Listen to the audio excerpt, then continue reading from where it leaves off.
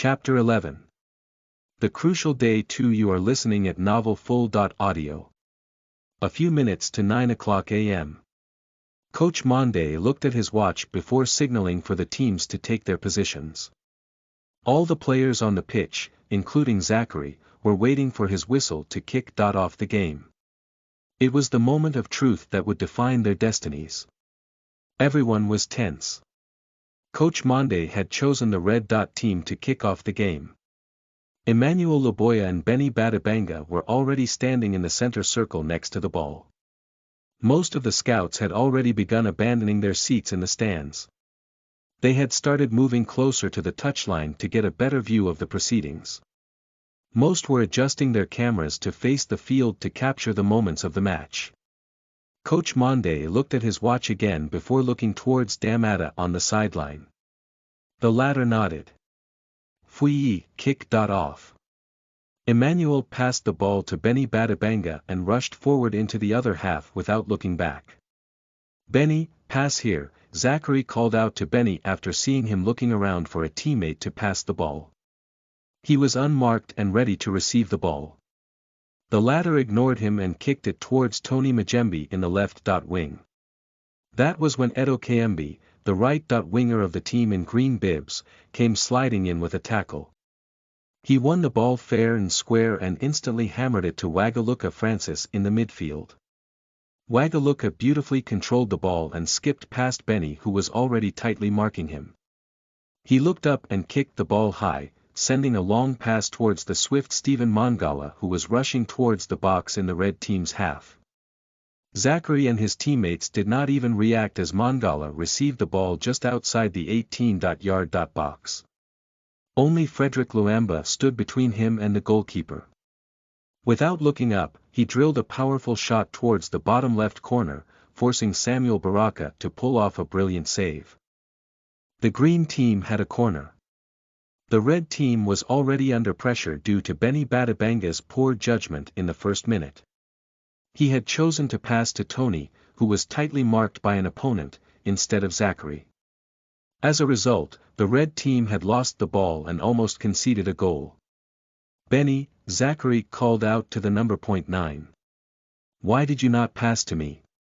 He intoned as they ran back to their half to defend against the corner. Piss off, the striker scowled. I'll play my game, and you play yours. Don't get in my way. He added before increasing his pace. Young kids. Zachary sighed. The green team took the corner quickly, but nothing came of it. For the next 10 minutes, the game continued in favor of the green team. The boys in green dominated the midfield and had the majority of the ball possession. Both Wagaluka and Paul Jose Mpoku had already set Mangala loose 3 times in the red team's penalty box. Their deadly through balls could have easily turned into goals if not for the brilliant performance of Baraka, the goalkeeper. Zachary already had a clear picture of what was wrong with his red team. His high game intelligence enabled him to deduce that some of the players were choosing to isolate him. They were not giving him any passes.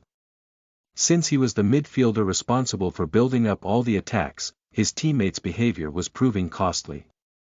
In his previous life, he had faced similar isolation during matches in soccer trials. Such matches were extremely competitive, making it difficult for players to show off their skills. The main reason for this was the fact that players on the same team were still competing with each other. They all sought the attention of the scouts or coaches in attendance. Players would be less inclined to pass the ball to teammates who they viewed as competition. But what surprised Zachary was the appearance of such behavior in trials involving teenagers. Where is the spirit of sportsmanship? He wondered. His red team was already facing another attacking threat from Mangala and his green team. Zachary had resolved to move further back and counter the pressure mounted by the opponents. But in the 25th minute of the first half, Chris Luyinda made a rough challenge on the ferocious Edo Kayembe at the right side out of the penalty box. Coach Monde blew his whistle for a foul and awarded a free kick to the green team. What are all of you doing over there? Luyinda shouted at his teammates. Put up a wall and defend. The red team players did not mind Leyinda's rudeness and quietly put up a wall to defend the free kick. Even Zachary, who had been denied any passes since the match began, joined the wall of players. Coach Monde blew the whistle, signaling the green team to take the free kick. Edo Kayembe, the number .7, sent a superb cross into the box where Mangala was lurking. The boy prodigy latched onto it, and from around the penalty spot, he planted a header past Samuel Baraka. The ball bounced off the bottom of the left post before sliding into the back of the net. Mangala had displayed his eye for the goal. The score was 1-0. Zachary stood with his arms akimbo, watching the others. The red players all had dejected expressions with their shoulders slumped. He saw some of the scouts on the sidelines nodding to themselves as they eyed Mangala. So this is how Mangala got to Europe in my previous life. Zachary sighed. He was sure that the boy would be recruited by one of the academies after the match. He was about to say some encouraging words to his teammates but was interrupted by Chris Leyinda. "You useless joke of an attacking midfielder," he intoned, pointing his forefinger at Bemba. "They have taken over the whole midfield. What are you doing?" he queried. "Our strikers don't have even a single chance at goal. Why are the coaches not substituting an idiot like you?" he continued. "Watch it, man," Zachary intoned, moving closer to face off with Leyinda. "You haven't been passing the ball to me. What do you expect me to do?" he questioned angrily. Fui, as their argument was beginning to pick up, Coach Monde blew his whistle. "Anything the problem?" he asked, running towards them. "No." Both Zachary and Leyinda responded at the same time. They jumped away from each other like scared rabbits that had seen a lion. "Both of you. Go to the bench and cool down." Coach Monde bellowed, creasing his brows. "Hurry up. We need to give a chance to those who take the trials seriously." "One has been substituted," Kristen observed as she placed down her camera. "Are you sure that Zachary is a talent? He has had zero impact on the match, so far." She frowned. "I beg to differ," the old man smiled, sitting back down. Unlike the other scouts who had moved to the tracks, they were still seated within the pavilion. "Have you noticed that the other players on his team have been isolating him?" the grandpa asked. "What has that got to do with anything?" "In trial matches, players will only isolate their teammates in two scenarios," the grandpa opined. "One is when the player is too good and able to overshadow the others and reduce their chances of catching a scout's eye. The other is when the player lacks skills and will waste the team's chances." "My dear Kristen," the grandpa smiled. "Under which category do you think Zachary falls?" he asked. Kristen couldn't help but raise her camera to observe the player who was ambling dejectedly out of the pitch. He was a bit buff and tall for his age, close to 5.9 by her estimations. His crew-cut hair that was midnight black matched his dark brown eyes, framed by graceful dark brows. He had prominent cheekbones, a well-defined chin, and a nose that made him slightly handsome. His face was strong and defined, his features molded from granite. Kristen observed that his skin was a lighter shade of chocolate brown. She thought that he would grow up into a handsome man in the future. But could he also grow into a talented player? That was the question that occupied her mind. "I can't tell at the moment," she replied. "I will evaluate Zachary's talent only when he performs on the pitch." She added, gently placing down her camera. "We won't be able to snatch the Mangala boy from the French clubs," the old man stated. "They have deeper coffers than our tiny Norwegian clubs. So, we should start looking at the players they fail to notice." "Like Zachary and Paul?" Kristen queried, opening the file once again. "Yes, like them," the old man smiled. "It's good for us that Zachary isn't performing well. Otherwise, he would also be whisked away." "You're an evil old man," Kristen jested, smiling. Gotta be to succeed in this business, the grandpa chortled before focusing on the match once again. Zachary's moved back to the sidelines with shoulders slumped and his eyes cast down in a mournful gaze. His mouth was set in a semi-pout. He imagined himself bashing the face of Leyenda when he replayed the moment when Coach Monde had sent him off the pitch. He felt distraught. There was nothing left to feel, nothing left to hope for, nothing left but the void that enveloped his mind in swirling blackness. Everything he had worked so hard to achieve was about to go up in smoke. He dejectedly sat down on the sidelines. Why did I have to square off with Leyenda on such a day? Why? Why? Before the match, he thought that he was already in perfect control of his emotions, unlike in his previous life. But he had easily flared up after a slight provocation from Leyenda. He heard the sounds of cheering and raised his head only to find that the boy prodigy Mangala had just scored another goal. It was 2.0 just before half-time. Ding, the system interface popped up by itself. G.O. A.T missions #new mission. Lubumbashi soccer trials, serial missions, * task 2. Help your red team clinch victory over the green team. * task 3. Catch the eye of a soccer academy official or a club scout. * rewards. Snooping tool to be unlocked, will tell you everything about your opponent. Only related to soccer. * punishment in case of failure. The GOAT system will go offline for a year. * remarks. A GOAT never gives up. What the F***? K. How does it expect me to achieve all this when I have already been suspended from the game? Zachary diverted his attention and wallowed in depression until the half-time whistle sounded. He stayed slumped on the sidelines until he was called over by Coach Damata minutes later.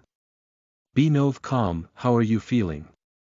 The coach asked when Zachary arrived by his side. Like I want to dive into the river Congo with a stone tied to my back, Zachary smiled ruefully. Ha ha ha, Damata laughed, attracting a few gazes from the scouts nearby. That is so subtle. You should never think like that. There are various paths one can take to achieve something. He advised. Zachary nodded. He glanced towards the pitch and noticed that the second half had already started. The score was still 2.0. But Zachary was sure that the red team would concede more goals very soon. The boys in green, especially Mangala, KMB, and Wagaluka, were too ferocious. They were still pressuring their opponents in red within their half. Their tiki-taka football was too fast for Kasongo and the others to compete. The red team players have lost all motivation, Coach Damata commented nonchalantly. You and Leyenda are the major cause of this, he added. I'm sorry, Coach, Zachary pleaded. You know that temperament is one of the most important attributes of a sportsman. You will get nowhere if you can't rein in your emotions. Damata lectured. Zachary waited silently. He noticed that one of the other coaches was also talking to Leyenda. Will they allow us back in? His mood lifted. He would perform his best even if he was given just some 15 minutes of match time. He just wanted to leave without regrets. The next words of the coach instantly kicked him out of hell into heaven. I'll be giving you one more chance to impress the scouts, Coach Damata smiled. Due to your previous behavior, many of them will shun you. But you never know. There may be one among them who might like the way you play. He added. Thank you, Coach, for the opportunity, he bowed ceremoniously. Talk with Leyenda first. You two are teammates now and also the best midfielders the red team has. If you don't sort out your issues, both of you will never succeed. The coach advised. Okay, Coach, he said meekly. To succeed, he would do anything. Talking to the idiot was just a minor inconvenience compared to losing everything. Chapter 12. The Crucial Day 3. You are listening at novelfull.audio.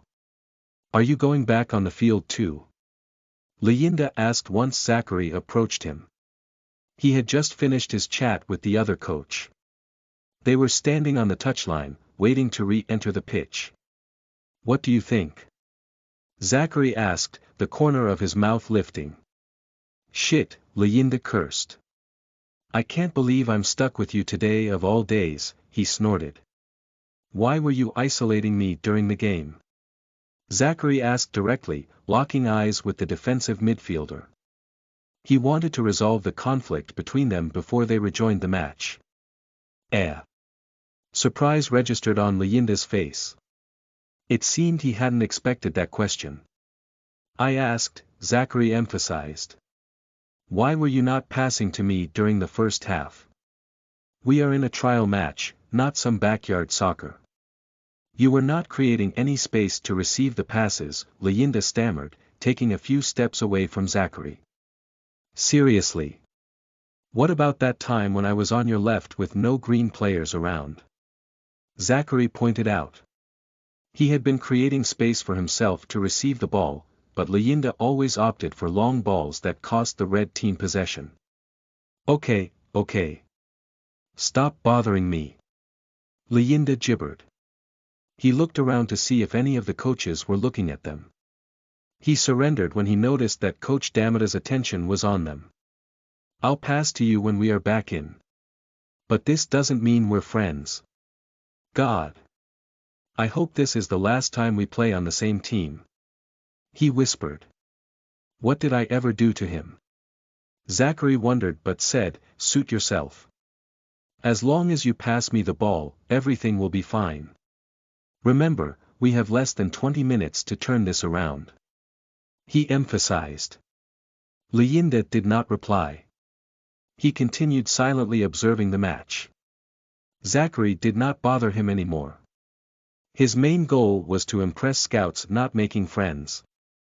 A minute later, Coach Monde blew the whistle and invited them back into the pitch. "Leyenda," Zachary called out to the number .6.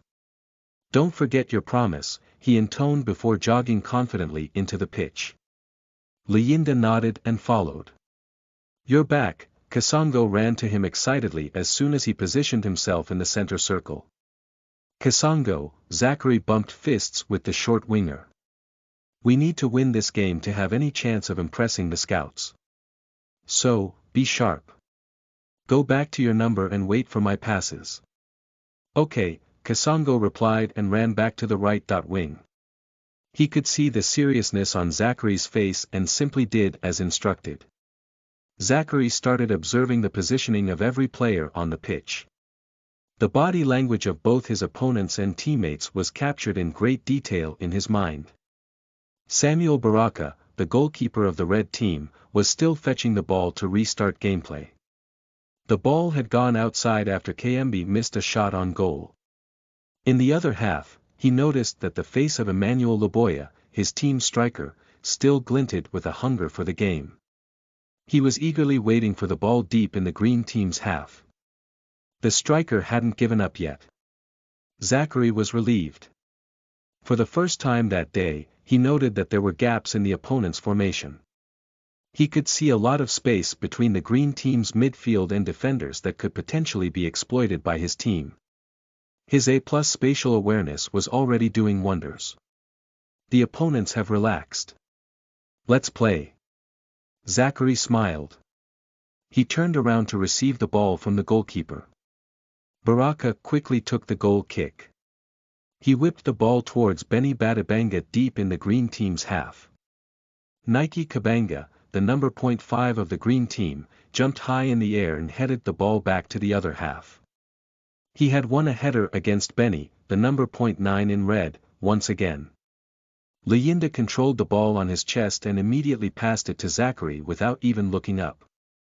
Zachary sighed in relief when he saw the ball rolling towards him.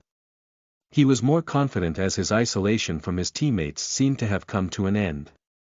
He controlled the ball beautifully with his left foot before turning and dashing towards the green team's half. He had already lost Francis Wagaluka, the player responsible for marking him. He had a few yards to run freely with the ball since no one was close to him. Zachary sprinted at his fastest speed and penetrated deep into the opponent's half in just seconds. As he moved with the ball, he looked towards Emmanuel Loboya, the center forward, dashing towards the right side of the opponent's 18-yard box. He seemed to be drawing the attention of the defenders in green away from Benny on the right. On looking closer, Zachary noticed two shadows flash out of the striker's body. One continued running towards the right side of the goal while the second headed to the left. Zachary was perplexed. However, he had no time to deliberate, so he quickly whipped the ball towards the second shadow that had rushed out of the tall striker towards the left. That was the space the center-backs in green had neglected. Both Nike Kabanga and Samba Farouk were marking Benny Babadanga tightly on the right side. Zachary hoped the forwards would interpret his intentions and make use of the pass. He knew this had a low chance of happening since the strikers had never trained or played with him until that day. But surprisingly, he noticed that Emmanuel Loboya had diverted his running route the moment Zachary released the looped pass over the defenders. Loboya sprinted with great vigor towards the left side of the goal. He followed in the exact footsteps of the shadow that had appeared to flash out of his body. The striker collected the pass inside the box and unleashed a shot that was brilliantly blocked by an outstretched leg of Jackson Lunana, the goalkeeper. The referee signaled to the corner flag. The red team had earned their first attempt on goal for the day. Loboya was holding his head between his hands in regret at having missed a goal-scoring opportunity. The shadows rushing out of Loboya must have been a manifestation of the Zinedine visual juju. Zachary speculated. That was a good ball, Lunana commented as Zachary arrived in the green team's penalty box to attack the corner ball. Don't worry about the missed opportunity, Zachary consoled the striker. I'll send you more balls like those. Make sure you score. He smiled, patting the tall guy's back. I say you won't get any more opportunities to do anything. I'll be marking you. A new voice sounded from behind them. Zachary turned back only to find Mangala standing behind him, with arms akimbo. The shady smile on his pristine face made him appear all too arrogant, like a Casanova. Zachary frowned but ignored the lanky boy. He didn't want a conflict with anyone else that day. He had already learned his lesson. The corner kick that Kasongo was about to take was the only thing on his mind. Suddenly, he had another vision. A shadow in the shape of a ball came floating towards the box from the corner flag. It was headed away by a different shadow from one of the opposing players and split into 3 balls. 2 of them zoomed towards the right and left sides, outside of the box. However, the last went right through the middle. Another Zinedine visual juju vision.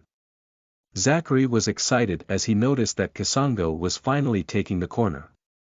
He stealthily started moving away from Mangala, who was marking him.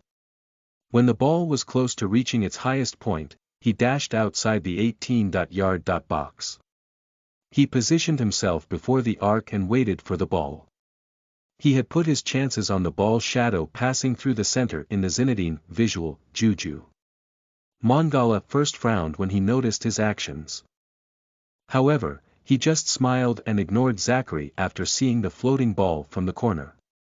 Kasongo had delivered an imprecise corner kick that was easily headed away by Wagaluka. Zachary, stationed just outside the box, noticed the ball flying towards him. Bingo! He thought. He had won the bet on where the ball would be heading. He focused on the incoming ball and unleashed a missile of a shot towards the goal. He had caught the ball on the volley with the outside of his boot. Bam! The ball surprised everyone, including the goalkeeper. The long-range shot whooshed towards the top right corner of the goalposts, unobstructed. 2.1, the red team had pulled one back. The tables were beginning to turn. Zachary did not celebrate his goal. He ran and picked the ball from the green team's net and returned it to the center circle of the pitch. Only 15 minutes were remaining till the end of the match. He couldn't spare time for pointless celebrations. He would lose a lot if he didn't win this match. Coach Monde blew the whistle and restarted the game. For the next 5 minutes, the red team dominated the game. The return of Zachary and Leyinda had boosted their strength. The two tackled, intercepted, and released passes to the strikers every few minutes. They were dominating the midfield. Mangala tried to mark Zachary but failed. He was an agile player, used to running and dribbling past defenders. He couldn't manage a physical confrontation in the midfield with Zachary, who was tall and muscular. So, he returned to his number 9 position, defeated after a few minutes of trying.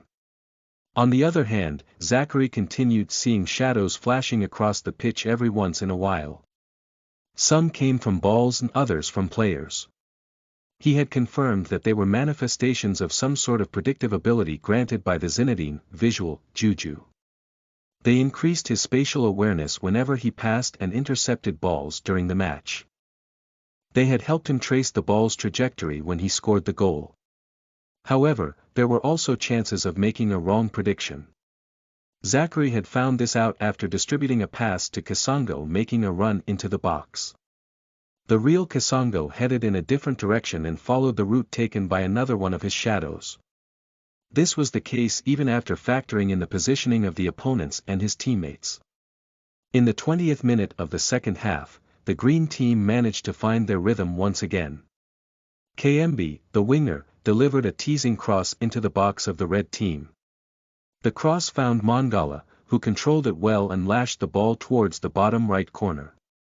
Samuel Baraka, the goalkeeper, was alert and pulled off a brilliant diving save.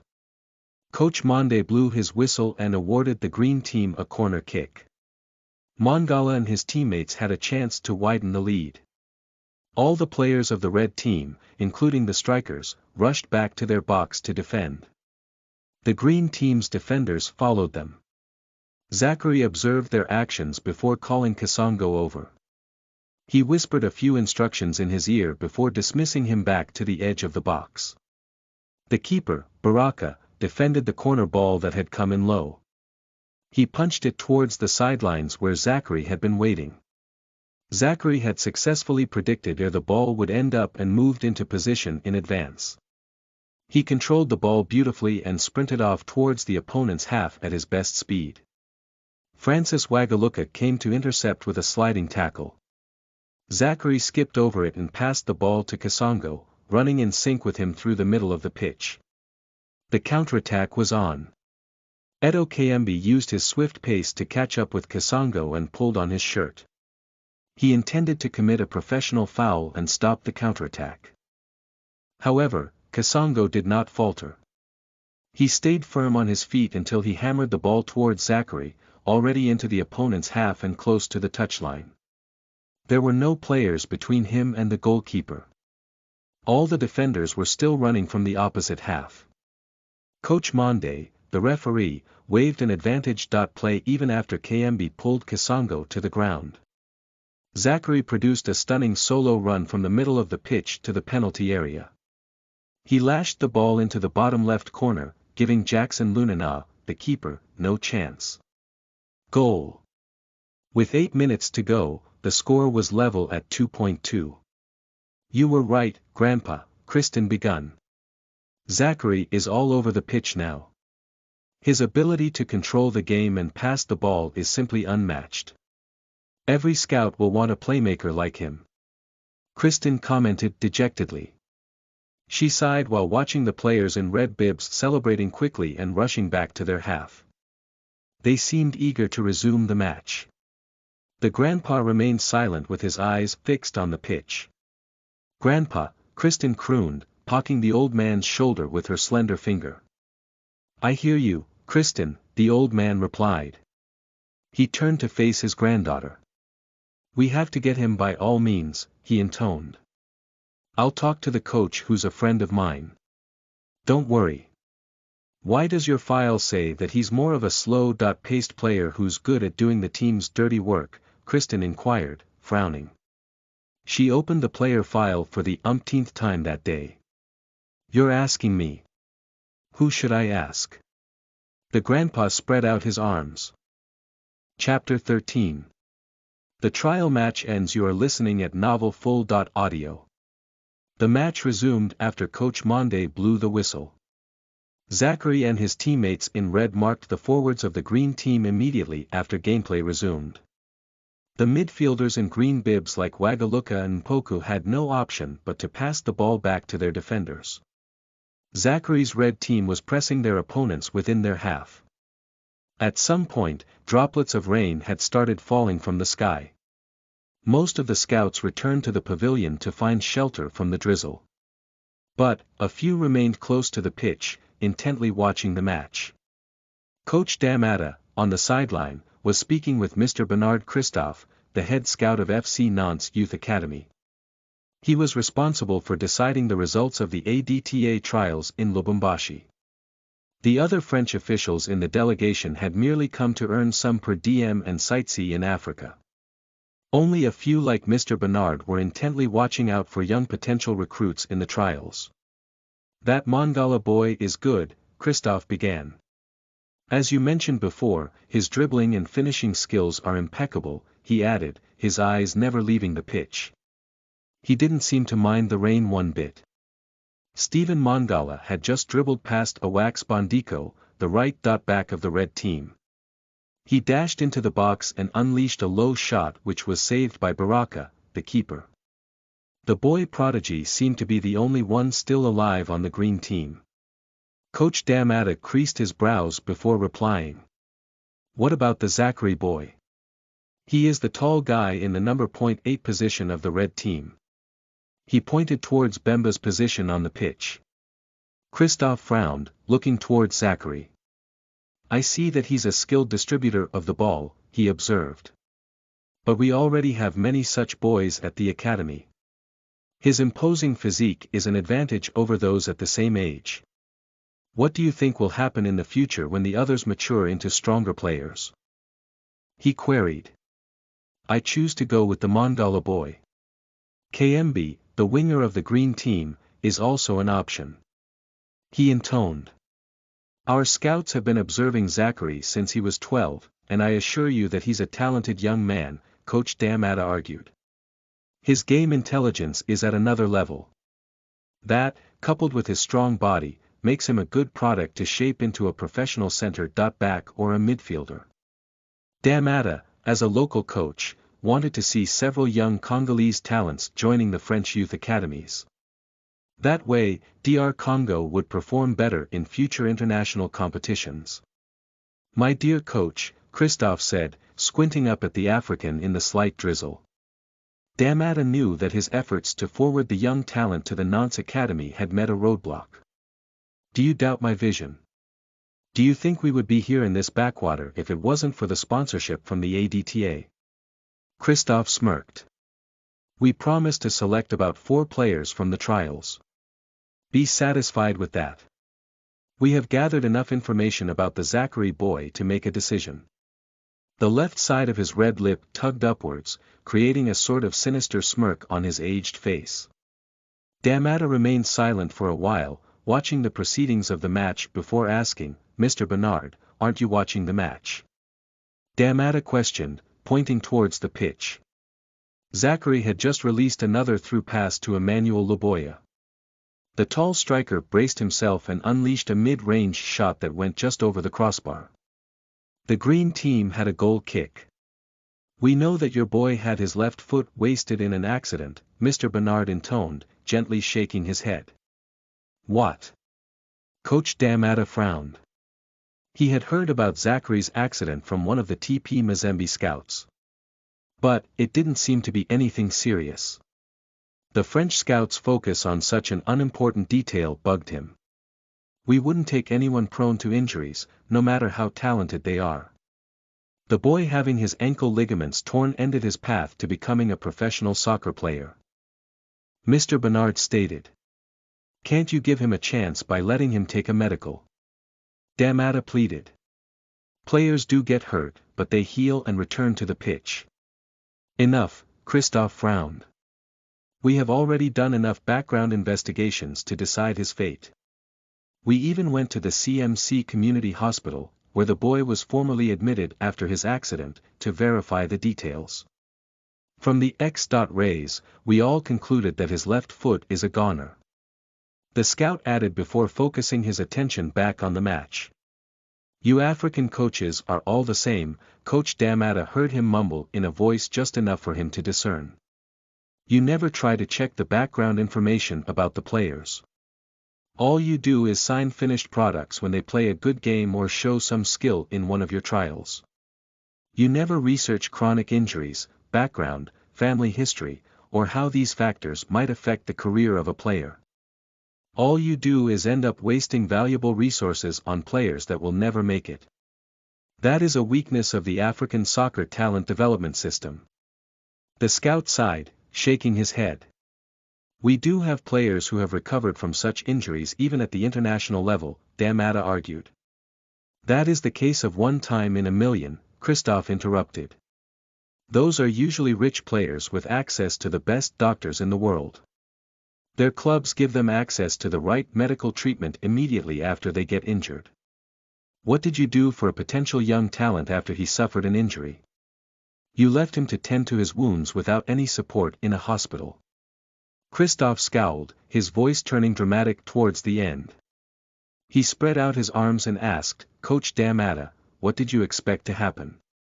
A grin spread over his face, wide and open, showing his over-whitened teeth. At that moment, his motives were laid bare. He was a mocker, one who enjoyed tormenting others. That was Damata's conclusion. He left the scout to his own devices and started thinking about how to help the boy. Zachary was unaware of the discussion taking place between the coach and the scout. The only thing on his mind was winning the game. It was still a stalemate. 2 minutes remained to the end of the game, with the score still 2-2. Both Mpoku and Wagaluka were double-teaming Zachary to stop him from distributing any passes to the red strikers and wingers. He had been giving the forwards, Loboya and Benny, several deadly through passes. However, they had failed to convert them into goals. I cannot lose right now, he resolved. The others were all about individual performance and did not care much about the result of the game. They only wanted to catch the attention of the scouts, nothing more. But, Zachary had much more to lose since the system would go offline for a year if he lost the match. He could not afford to pay that price. He started surveying the pitch for any openings he could exploit. The ball was still being passed around by the defenders of his team in red bibs, steadily advancing towards the center line. He turned towards the opponent's half and instantly noticed something he had neglected. Maybe I can try that. He grinned before signaling to Kasongo and the strikers to rush to the other half. Like a rugby player, he feigned forward movement but reversed directions and lost the two bodyguards, Wagaluka and Mpoku, that had been shadowing him for more than 5 minutes. They were reluctant to follow since he was running back to his half.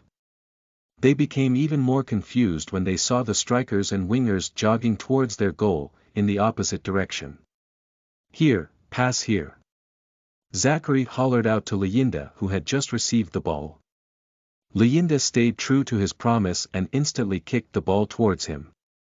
But, Wagaluka was on his heels right away, tackling him and trying to win the ball. Zachary made a swift turn, pulling the ball with his right leg, and spun past the midfielder.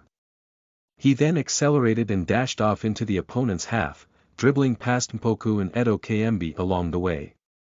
Zachary found himself in space with no one marking him before stepping past the center circle and penetrating the other half. He noticed that the forwards in red, marked by the green team's defenders, were eagerly awaiting his pass just outside the green team's 18-yard box. Mark him, tackle him, Zachary thought he heard Mangala yelling from behind him as he continued running with the ball. However, he ignored everything behind him and focused on the goalkeeper. Zachary had noticed that Jackson Lunana tended to stray away from his line whenever the ball was at a distance from him. He intended to exploit that error. From 40.5 yards away, Zachary struck with his right leg, unleashing the ball on an arching path towards the goal. Please go in, he prayed. Everyone in the stadium watched the ball zoom over the other players towards the goal. They sighed at the impatience of the young player probably brought about by the approaching end of the match. However, not everyone shared similar thoughts. Lunana, the keeper of the green team, had started running back towards his goalposts the moment Zachary hit the ball. But, he could not make it in time. The ball floated over his bare head, into the back of the net. 3.2, the red team had clinched a lead for the first time that day. The whole stadium was silent. The spectators turned white as chalk as their faces froze in expressions of stunned surprise. Although they were staring straight at Zachary, they appeared not to notice him at all. Shit! Wagaluka swore from behind him. What dog shit luck does Bemba have today? He mumbled. The din soon returned to the stadium as the people finally reacted, booing and awing at the spectacular goal. But on the sidelines, Christoph sighed. What a pity. He would have grown into a good player. He shook his head and returned his attention to the match. The goal seemed to have set off a spark in the green team's ranks. Mongala, Wagaluka, and Kayembe all attacked like there was no tomorrow for the next minute. However, Zachary's red team held out until the final whistle, with Baraka making 2 more spectacular saves. 3.2 was the final score. Zachary, man, Kasongo ran up to him after Coach Monde blew the whistle. That was quite the show. There's no doubt you'll be selected by the scouts, he stated, smiling. Baraka and some of his other teammates also came along and celebrated with him for a while. Even Leyinda bumped fists with him for the first time in their history, spanning 2 lives. This is soccer. A game that should build unity among teammates rather than hatred. He smiled as he soaked in the praises from his teammates. He felt accomplished. Next time, I won't lose, a familiar voice sounded from behind him. Zachary turned around and found the boy prodigy, Mongala, standing behind him. A smirk grew over his face like a lazy teacher's checkmark, the faded, red ink stretching up into his dimple. Are you sure? Zachary grinned. Yes. I'll be waiting. Coach Damata hurried away from the touchline towards the dressing room right after the final whistle. He felt dejection wash over him when Zachary scored the 3rd goal. All his efforts at convincing Mr. Christophe Bernard to give Zachary a chance had proven futile. A talented player was about to be neglected by a conservative scout due to an unverified latent injury. He had to find another opportunity for the boy before things went wrong as they usually did in Congo. He could see Zachary becoming a pillar of the Leopards in international competitions a few years in the future. Excuse me, Coach Damata. Can we talk for a minute or two? Damata heard a familiar hoarse but mellow voice from beside him. He turned back only to find an aged Caucasian man in a sun hat and a blonde girl standing behind him. Ha ha ha, Coach Damata laughed after seeing the Norwegian. Mr. Martin Stein, nice meeting you again, he said, extending his hand for a handshake. I was about to come looking for you. I need a favor from you this time. Oh, same here, Mr. Stein smiled, shaking Damata's outstretched hand. Can we talk in your office? He said. Chapter 14. A meeting with scouts. You are listening at novelfull.audio. Stephen Mongala, Mishi Mika, Edo Kayembe, and Samuel Baraka. Mr. Christophe Bernard, the head scout of FC Nantes Youth Academy, closed his notebook. He had finished announcing the names of the 4 players selected for the French Sports Scholarship. That'll be all. Good luck to the rest of you, he concluded. The rest of the players, including some of the coaches, exclaimed. They started stealing glances at Zachary, who stood at the very back of the group. He had scored a hat trick and played better than everyone else during the match. But, the scouts had left him out of the list of players heading to France. However, everyone quickly forgot about the issue and returned their attention to Coach Damata, who had returned to the center stage after the foreign scout left. Let's congratulate the 4 players who are leaving for France. They deserve to be applauded for their exceptional performance in today's game. Coach D'Amata intoned, smiling. He seemed to be in a good mood. Most of the other players clapped half-heartedly. They were still lamenting the missed opportunity. However, a few had learned to accept rejection and failure. They were looking forward to the remaining days of the Lubumbashi trials. They still had the opportunity to impress scouts from the African teams looking for new talents. Okay people. That's the spirit. Coach D'Amata laughed. I usually tell my students it is okay to fail. A lot of people are so afraid of failure that they skip trials like these. They end up joining the camp of those that don't think themselves capable of succeeding as professional soccer players. He paused, letting his gaze roam over all the young men gathered before him. You should be aware that many people attain their greatest success just after their greatest failure. Not getting selected is merely a bump in your football career. Every failure in life is a stepping stone to greater heights. I am most proud of the blessings that God has bestowed upon me as a coach. He has given me the vision to see that you can still get back on your feet after falling. That belief has kept me going as a coach all my years. Will you lose all hope of achieving your dreams and join the failures after not being selected? He asked. Or, will you continue to pursue your dreams with newfound vigor after this momentary setback? Most of the young players responded positively to the inspirational words of the coach. They all longed to join professional teams and play soccer. Soccer was the only refuge in their war-torn nation. The few that had looked dejected seemed to have gotten a new lease on life after hearing the coach's speech. They all had a glint in their eyes that indicated they had not given up. Then, I'm relieved. Coach D'Amata smiled. You're dismissed for today. Come back tomorrow to continue the trials. Just remember, never give up. Zachary remained standing at the back of the group even when the other players started dispersing.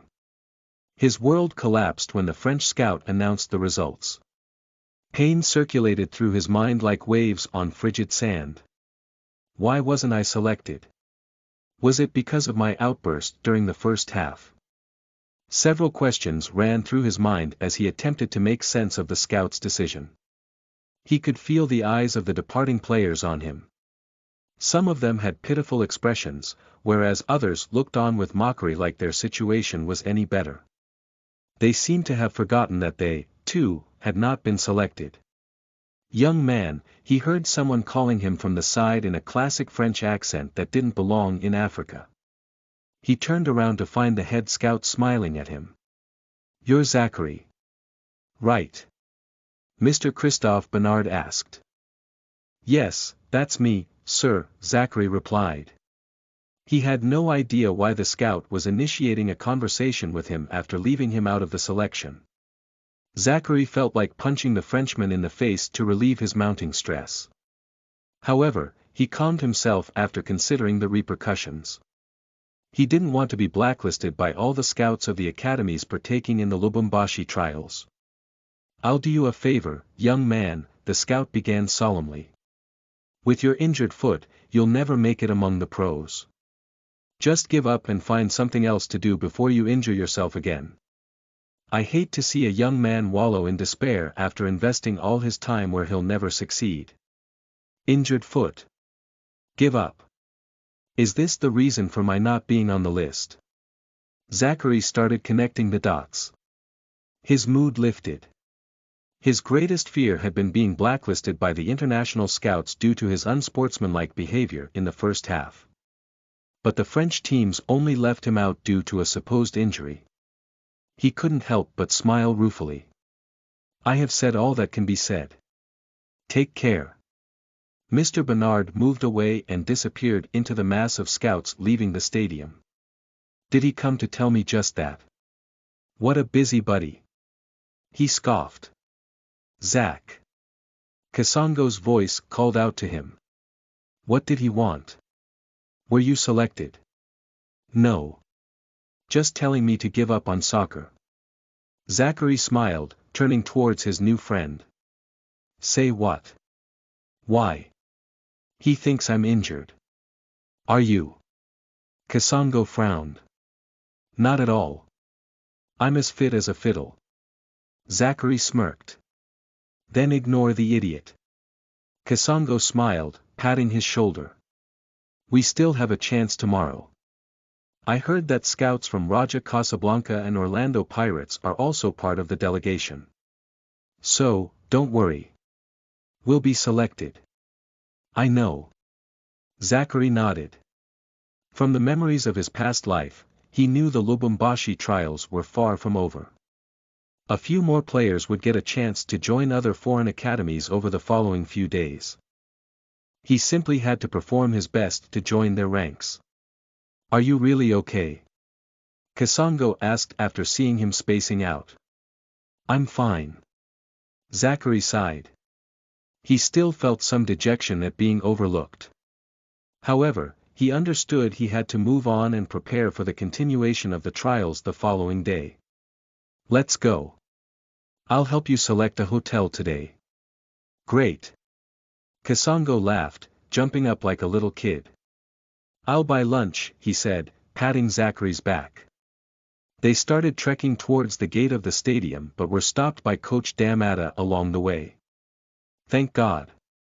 I managed to catch up to you. The coach smiled as he approached them. He seemed to have run up to them since he was panting. I have good news, he said without giving them a chance to reply. Kasongo, head over to Coach Monde. He'll explain a few things to you. Zachary, come with me. I want you to meet someone. I am guessing that one of the scouts must have taken a liking to you, Kasongo whispered before running away towards the pavilion. Oh. Zachary was excited. Hope bloomed inside him. He turned and followed the coach into the tunnel that led to the dressing rooms of the stadium. They went through the dimly lit passage and reached Coach Damata's office at the far end of a corridor.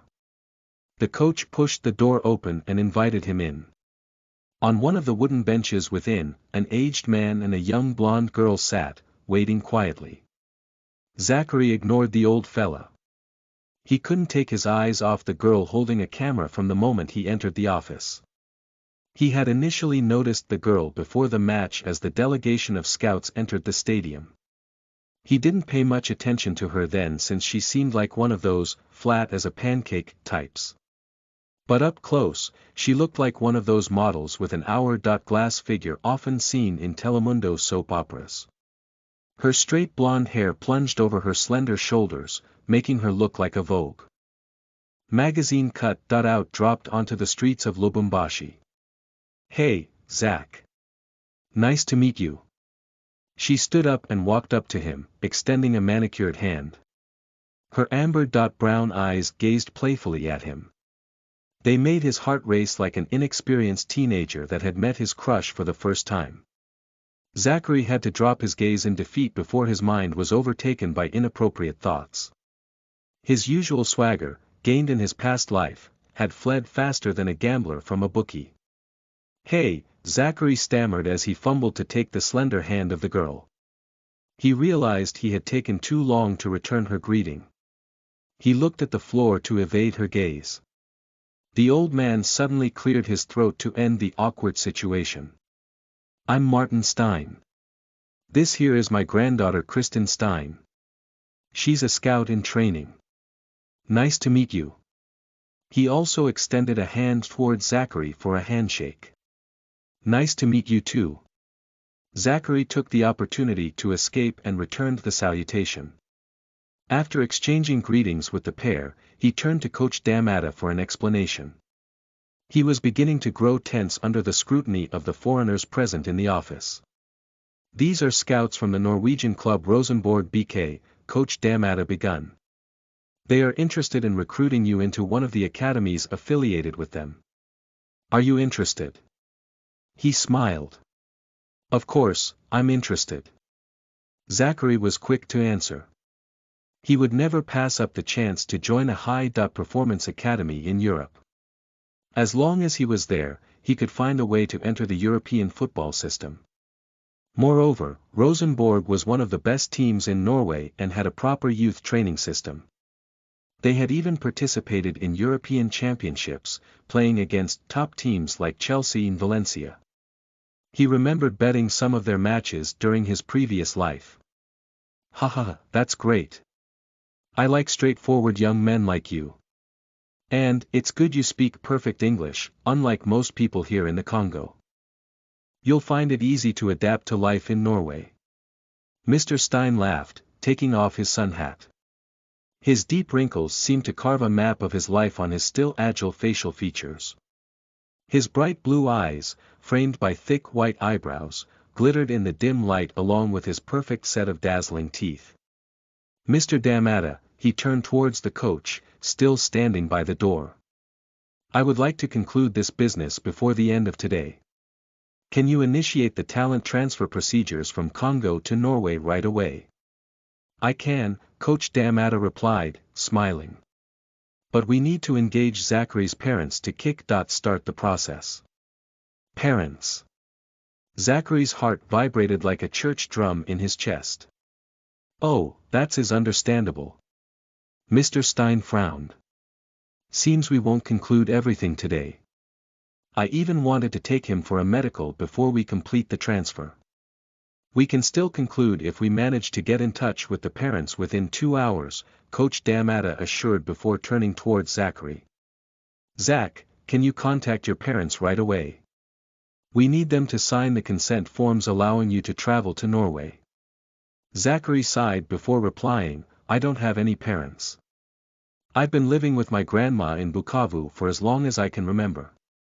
The other three in the room remained quiet after hearing Zachary's declaration.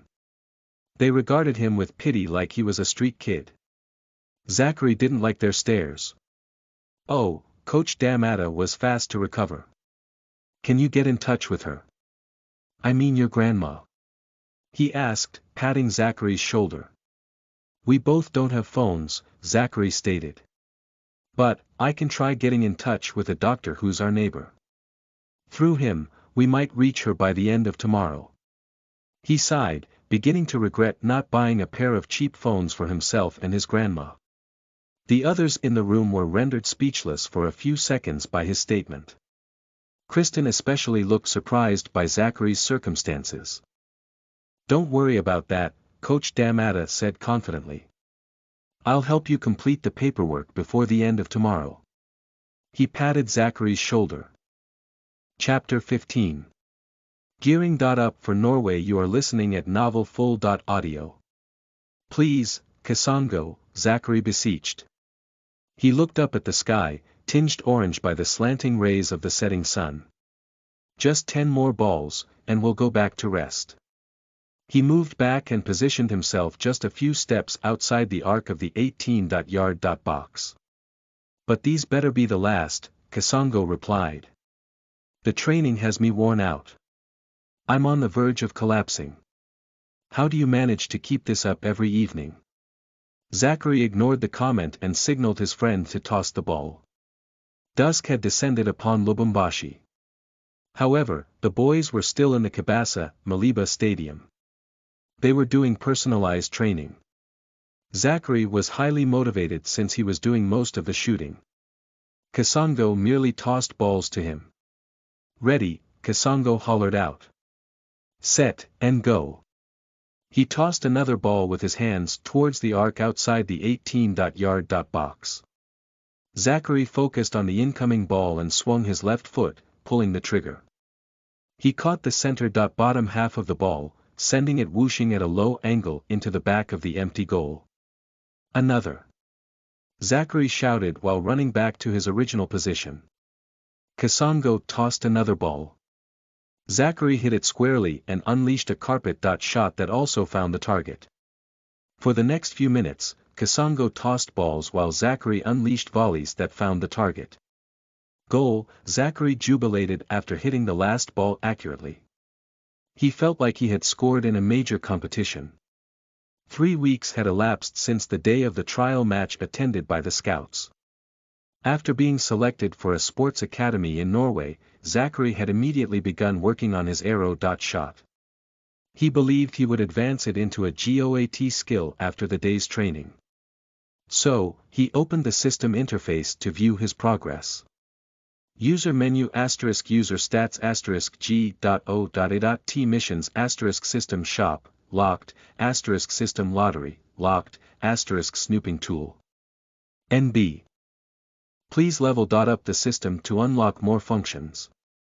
After helping his team win the trial match, the system rewarded Zachary by unlocking its snooping.tool function capable of spying on the talents of others. However, using the tool had almost shocked him out of his boots. The day after the trials, he found out that Stephen Mongala, Edo Kayembe, and Mishi Mika were all A-grade talents. Zachary couldn't compete with the three of them in terms of talent alone. So, he upped his training routine after realizing he had accidentally unlocked another GOAT skill when scoring the first goal in the trial match. If he couldn't beat them on talent, he resolved he would defeat them through hard work and skills. Zachary calmed his mind and clicked on the G.O.A.T. skills tab in the user stats menu. GOAT skills. 2. Zinedine Visual Juju, 1 st. Level. Progress. 10.001%. 2. Zachary.arrow.shot, 1 st. Level. Progress. 1%. Zachary's mood lifted. He raised a fist in celebration after viewing his G.O.A.T. skills tab. He had discovered another GOAT skill in his user stats at the end of the trial match 3 weeks prior. He right away concluded that it was unlocked when he scored a goal from a long-range shot. It seemed the system could capture his best plays during games and turn them into potential skills. Zachary had realized that as long as he improved his individual skills beyond a certain threshold, they had a chance of being registered in the G.O.A.T. skills of the system.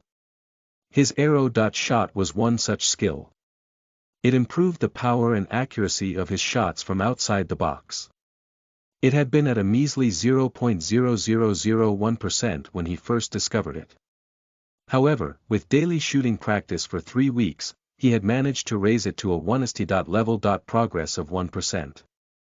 Zachary had come to the realization that his G.O.A.T. skills, whether acquired from the system or self-trained, could only be leveled up with practice and playing real matches. Even the Zinedine Visual Juju had improved by 0.001% after he participated in the trial match and training sessions of the TP Mazembe reserves. He was falling more in love with the system. "What are you looking at?" Kasongo's voice sounded from behind him. "I often see you spacing out, especially after training. Are you okay?" Zachary turned around to face his friend before flashing a smile and replying, "I was replaying the feel of striking the ball on the volley in my mind. Doing that helps me improve my shooting form." Zachary lied. He couldn't tell Kasongo he was looking at a system interface. That carried the risk of problems later on. He made a mental note to desist from opening the system around others. "You've been improving really fast with your long-range shots." Kasongo smiled. 3 weeks ago, you could only hit 1 out of 10 balls on the volley accurately. But today, you were able to do it 10 consecutive times. I can't fathom why the French teams left you out. Why do you keep bringing up the French teams? Zachary frowned. He wanted to put the failure of that day behind him. However, Kasongo brought up the topic regularly. Haha, Kasongo laughed. He used his sleeve to wipe the sweat off his forehead. Tossing more than 100 balls to Zachary had tired him out. "It's my luck we'll be going to the same academy. We do make a great team." A smile as big as a crescent moon lit up Kasongo's face. "Has your dad finally signed off on your trip to Norway?" Zachary inquired. Kasongo had been complaining for the past 2 weeks about his stuck-up dad's refusal to sign the consent forms he needed to join a soccer academy in Europe. "Yes." Kasongo grinned. "Coach Damata helped by talking to him. He had to post a letter from Mr. Stein detailing how the sports scholarship would include a study bursary. My old man only agreed after being assured that I could continue schooling even in Europe. Songs. Zachary laughed, patting the short guy's back. I told you to involve Coach Damata earlier. But you kept on delaying. You could have finalized all this paperwork without any hassle. Is all your paperwork finished? I mean permits, visa, consent forms, and police letters. Ha ha ha. The coach helped me get my visa over a week ago. He even flew to Bukavu to meet my grandma for the signing of the consent forms. I'll fly out of the country next Tuesday. Zachary grinned. He was close to achieving the first objective in his new life. Zachary had discussed the responsibilities and benefits he would be receiving in Norway at length with Mr. Stein. He now knew he had to train at the NF International Academy, in Trondheim City, for 6 months before he could join the Rosenborg under .16 squad. Alongside all the soccer training, Zachary had to take upper secondary education, also sponsored by Rosenborg. He would receive a monthly allowance of 14,000 Norwegian kroner, provided he performed well in the academy and didn't fail high school. That was an amount he never got a chance to earn in his past life. That fast? Kasongo exclaimed. You're not even going to say goodbye to your grandma. Kasongo frowned. I would have loved to see her. However, I didn't want to risk traveling back to Bukavu. Zachary smiled ruefully. Why? Kasongo looked at Zachary with confusion. There are many militia groups in the surrounding regions, Zachary whispered, looking around. What if I get kidnapped when I'm this close to achieving my dreams? The risk will be even greater if the rogues back home hear that I'm heading to Europe. They might even resort to kidnapping my grandma for ransom if I succeed as a pro. I'm only protecting my grandma by not visiting. Zachary sighed, smiling ruefully. In his past life, he had ignored the rogues thinking they were just simple thugs. However, he knew better in this life. Most were rebels gearing up for the M23 rebellion, an armed conflict destined to break out a year and a half later. Zachary didn't wish to be a hero by attempting to stop the war from happening. He had no influence whatsoever in the Congo. He needed to evacuate his grandma before the conflict began. He remembered that roughly a year and a half later, she had died after being hit by a stray bullet while on a church mission to Goma. I need to move her before that happens. Zachary resolved inwardly. Do you need my help? Kasongo asked anxiously.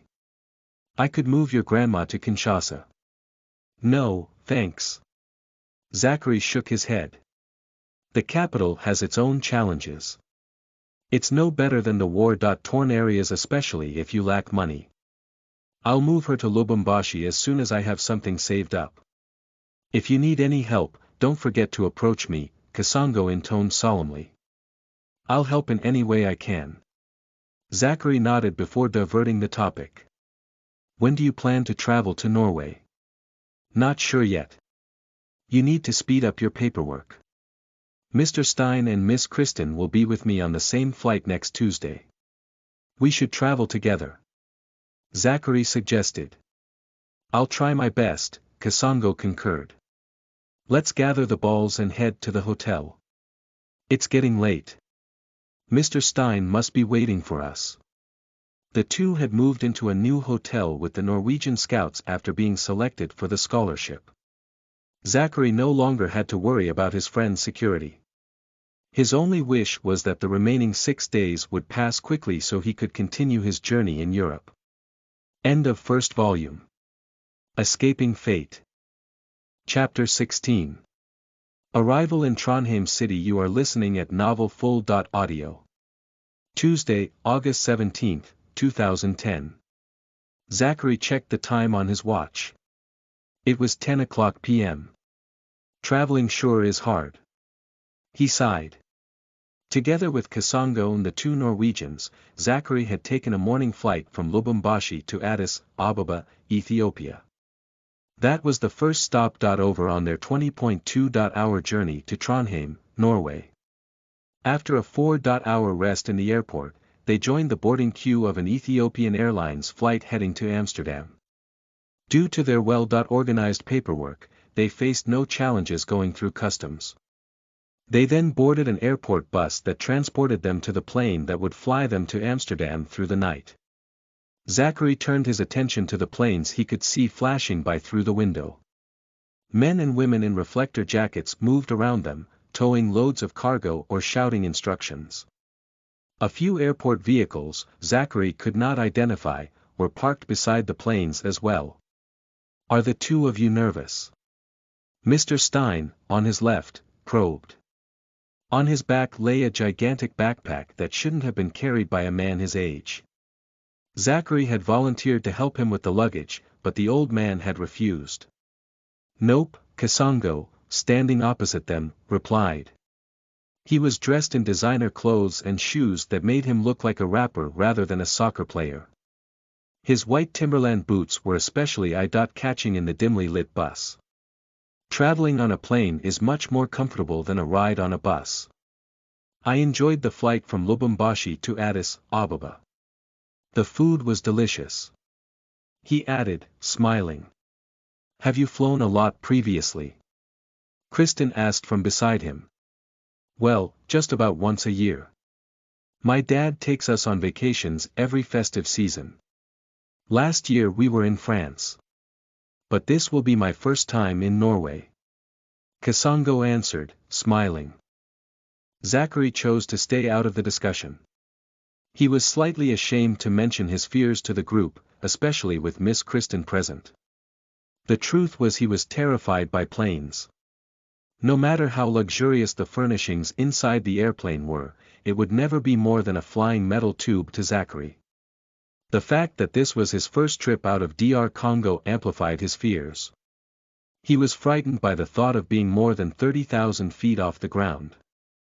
There were so many things that could go wrong at that altitude. Nonetheless, he was eager to reach Trondheim City. There, he would finally begin his journey to become a soccer pro on the European scene. That was the single thing he had been dreaming about his whole past life, and now it was all finally coming true. It was the only thought that had kept him brave enough to endure the long journey. "What about you, Zach?" Mr. Stein asked, turning towards him. "Are you nervous?" "Well, I don't like planes," Zachary replied honestly. "I just want the journey to end as quickly as possible. We'll get there. Don't worry." Mr. Stein patted his back. They spent the rest of their short ride on the bus in silence before boarding the plane. At 10:30 p.m., the plane took off. They were in the skies. Zachary was seated beside Kasongo in a two-seater on the row closest to the window. The Norwegians were situated behind them in the economy class section. Zachary felt better knowing that he was in Boeing .747, a jumbo jet. He'd not heard of one, en route to Europe, crashing in the year 2010 of his previous life. He ignored Kasongo, who was watching movies, and forced himself into slumber. Zachary woke up the next morning as the plane descended into Amsterdam. They didn't spend much time in the Amsterdam airport. With Mr. Stein's help, the two boys quickly got through the customs and immigration procedures at the airport. In a short while, they were allowed to board another plane to Trondheim, Norway. Zachary let out a breath of pent-up air when the plane touched down on the runway at the V.Rnes airport in Trondheim after another 2 hours of flight. "Welcome to Trondheim." Mr. Stein smiled at the two African boys as he got up from his seat. "How was the flight?" he asked. "Okay," Zachary replied. "Exciting," Kasongo laughed. "That's great." Mr. Stein smiled. "We need to get you settled in by noon today. Let's head to customs right away." The two boys followed the Norwegians and were soon out of the plane. "It's very cold," Zachary commented once they were out into the open air. "Don't mind the weather," Mr. Stein consoled. "You'll soon get used to it." He led the way down the air stair of the plane. I hear that in winter, the temperatures may drop to a bare minimum of 0.4 degrees centigrade, Kasongo commented, wrapping his scarf tightly around his neck. We won't have any soccer matches in such weather. Our seasons usually end by early December. Kristen cut in as they continued hurrying across the tarmac of the airport. It was 9 a.m., one of the worst times for an African to arrive in Northern Europe during autumn. Zachary was assaulted by the chilly breeze cutting through his heavy jacket. He began shivering before he even reached the bottom of the air stair. Coming from Africa and stepping into Europe is like descending from a warm oven into a freezer. He mused.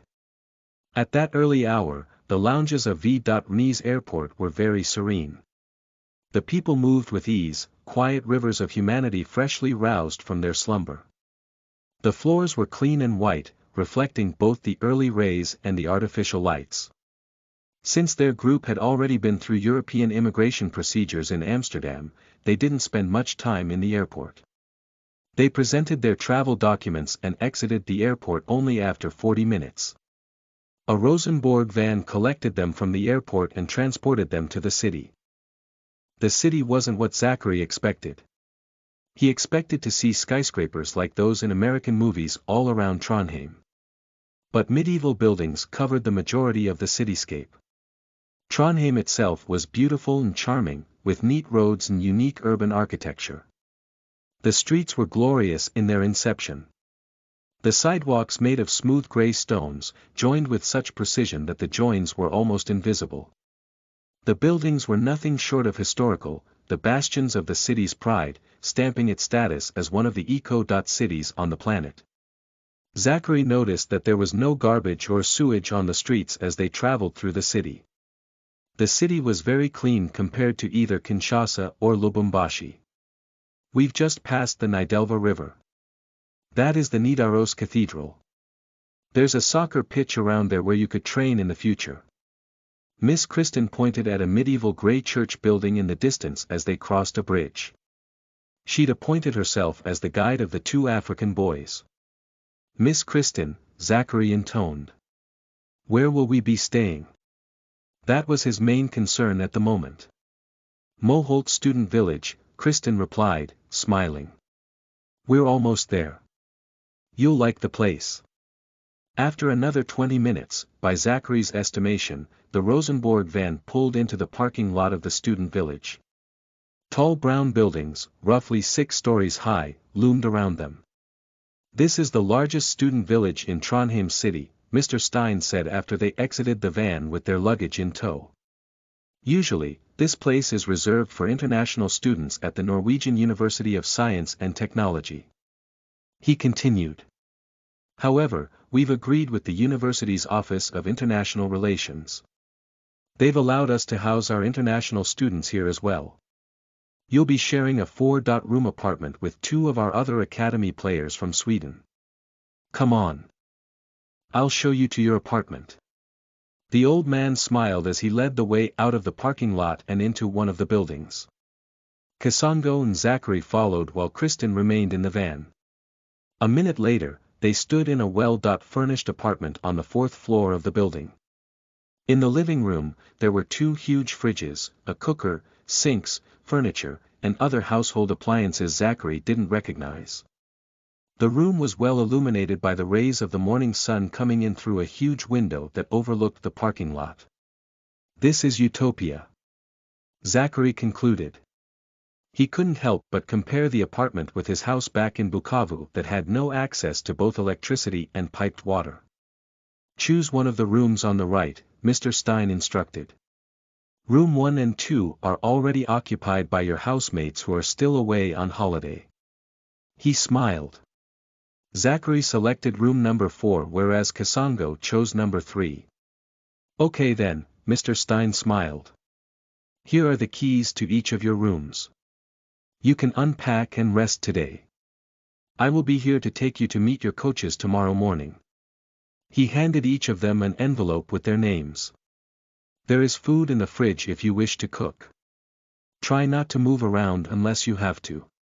But if you need to buy something urgently, head over to the supermarket just across the parking lot where we were. The money for the week is also in the envelope. Any questions before I leave? He asked, looking at both Zachary and Kasongo inquisitively. Do we start training tomorrow? Kasongo inquired. The coaches will decide after your medical tomorrow, the scout replied. Zach, don't you have any questions? Not at the moment, Zachary replied, smiling. We can talk tomorrow about everything else. The long journey had worn him out. He needed to rest and prepare for the meeting with the coaches. There was no need for him to worry about anything as long as he had food in the apartment. He was glad he had safely arrived in Europe and looked forward to beginning his soccer training. Okay. It's good that you're calm. Mr. Stein nodded. Be ready by 9 o'clock tomorrow morning. We'll head over to the academy then. But don't do anything you wouldn't if your parents were around. He warned. Chapter 17. The medical. You are listening at novelfull.audio. The day dawned crisp and clear. As promised, Mr. Stein picked the two boys from their new apartment at Moholt Student Village at 8:55 a.m. Zachary and Kasongo had long been ready and were waiting for the scout in the parking lot. They dressed in heavy clothing to shield themselves from the morning coldness. They were eager to commence their first day as academy players in Norway. How was your night? Mr. Stein asked as the Toyota Carib they were in pulled out of the parking lot, heading into the main road. The aged scout was on the steering while the two boys sat in the back, admiring the sceneries. Quite good, Kasongo was the first to reply, smiling. I slept like a baby the whole night. Same here. The night couldn't have been better. Zachary also responded. His new comfy bed, with silk duvets and cotton bed sheets, was like a heaven on earth to him. He'd entered a deep slumber right after eating a self-cooked delicious dinner the previous evening. The heater in the room guaranteed that the cold outside never affected his sleep. He already liked his new life. I'm happy to hear that. Mr. Stein smiled, keeping his eyes on the road. We'll first head to the NTNU sports department where you'll undergo a medical. Your move to Rosenborg BK won't be finalized unless you pass the medical tests there. He added solemnly. But we're academy players, Kasongo contested, frowning. And we've already gone through mandatory check.ups in Lubumbashi. You remember. The academy coaches need to know that you're a worthwhile investment. Of course, I trust that the two of you are fit since I was with you in Lubumbashi. Mr. Stein paused as he rounded a roundabout before entering another wider street, with denser traffic. Zachary noticed that there wasn't any traffic jam on the roads of Trondheim. Many people were on their bikes in a side lane, probably riding to work. Mr. Stein continued his explanation after entering the straight section of the road. We'll be trying to give the academy as much information as possible because, in the end, they've to decide whether they want to train you or not. The results of the medical will also help them design a better training plan for you once you enter the academy. But what happens if we fail? Kasongo asked. Zachary also nodded to indicate his doubts. No worries, Mr. Stein smiled. You'll still be allowed to spend 6 months at the academy before being sent back to Africa. But I have confidence in you. You won't fail. They spent the rest of the minutes of their car ride in silence. The boys seemed to be worried about the medicals while Mr. Stein was busy navigating the road. A few minutes later, they pulled into the parking lot of the gigantic building housing the sports department. It was roughly 6 to 8 stories high, by Zachary's estimation. This here is St. Olav's University Hospital Complex, Mr. Stein said as they exited their ride. The offices of NTNU's sports department are in the building. You'll undergo your medical there. An hour later, Zachary sat on an exercise bike in a well-equipped room, similar to a gym. He frowned at the medical specialist. The doctor had taken him through hell as an excuse for a warm-up. Every 5 minutes, the resistance of the bike increased, putting more strain on his limbs. He was already in agony even before the real medical commenced. I wonder how Kasongo is doing. He mused. He'd been separated from Mr. Stein and Kasongo right after meeting with the medic who was to conduct his medical. The middle-aged doctor had introduced himself as Dr. Alexander Istian before leading him to the gym. There, he'd requested Zachary to warm up on the bike until he said otherwise. Zachary did not complain but carried out the exercise as instructed. However, it was already close to an hour, yet the doctor wasn't putting a stop to his warm up. Zachary was frustrated. Okay, that's enough, Dr. Istian intoned. Zachary couldn't tell from his poker face whether he was impressed or not. He hopped off the bike and waited for his instructions. Next, we shall carry out the Biodex assessment, which is a test designed to test the strength between your muscle groups, the doctor explained. After a quick warm-up, Zachary was strapped into a white chair and instructed to extend his leg by kicking out before pulling it back to the starting position. Dr. Istian requested him to repeat the exercise 5 times, then again with more resistance for each leg. Pulling the elastic strap, especially with his left leg, tired him out until he was panting like a Labrador running in the sun.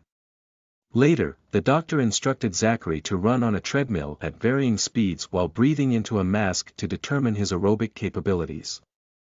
Zachary had great endurance that enabled him to go through all the required exercises without a hitch. His B+ stamina wasn't only for show. Throughout the day, he underwent several tests, most of which seemed to be senseless to him. The doctor put him through bone scans, blood and urine tests, plus several other medical check-ups that were alien to Zachary. He spent 6 hours with the doctor and was only permitted to leave a few minutes after 3 in the afternoon. He couldn't tell whether he had passed the medical after the doctor finished with the tests. The doctor didn't smile even once during the whole session. How was your medical test? Zachary asked Kasongo once they met in the parking lot. I honestly don't know, the short guy replied, shaking his head. My doctor was one of those serious people who never smile. How was yours? Same, Zachary replied, fastening his jacket. I can't tell whether I passed or not. The doctor didn't disclose anything. Do you think that they could send us back? Kasongo queried, frowning. I don't think so. This was just an academy medical. They don't need us to play matches right away. So, as long as we don't have any latent injuries, we shall pass. Zachary assured his friend. I hope so, Kasongo murmured. Stop worrying. Zachary patted his back. Let's wait for Mr. Stein. He'll give us the results today as we are head home. Concurrently in one of the offices of NTNU's sports department, Dr. Alexander Istian presented the results from the medicals to Mr. Stein and another middle-aged gentleman. The gentleman was Boyd Johansson, the interim head coach of the NF International Academy in Trondheim. My friend, Martin. You managed to acquire a perfect specimen on your trip. Dr. Istian laughed. He was all smiles and had done away with the poker face he had presented to Zachary. Both Mr. Stein and Coach Johansson didn't reply but just waited for the doctor to continue. The boy Zachary is very fit for his age. It's like he has been through professional training over the past 3 months.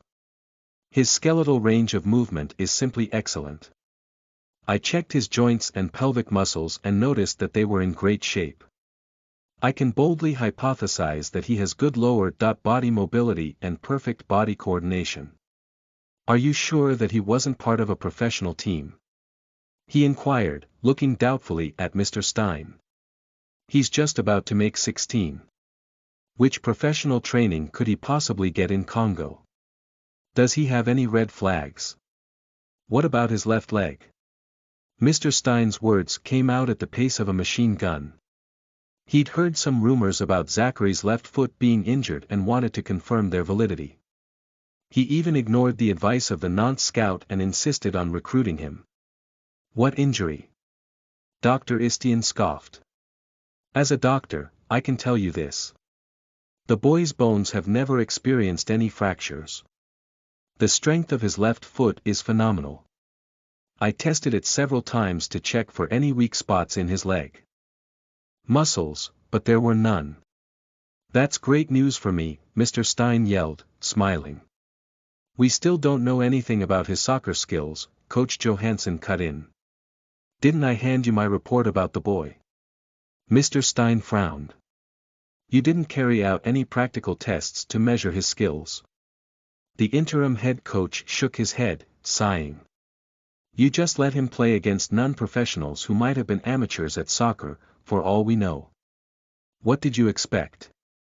You want us to just fix him into the academy without knowing his skills? He questioned. I will test the boys myself in a real match next week. I can only determine if he qualifies for the scholarship then. But there are no under .16 matches this month, Mr. Stein argued. There's an under .19 friendly game with Viking on Tuesday next week. I'm adding him to the line. Up. Coach Johansson smiled at the scout. Are you serious? He's just 15. If he is as good as you make him out to be, there isn't a need to worry. As they say, a diamond is a chunk of coal that did well under pressure. Does he have high game intelligence? Let's see if your boy is a diamond or a waste when he is under pressure during the game. The coach stated nonchalantly.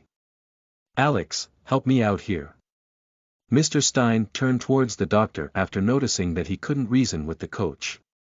The boy hasn't trained with the team yet. However, he's now pushed into a group with members, 3 years his seniors. He'll face a high risk of injury.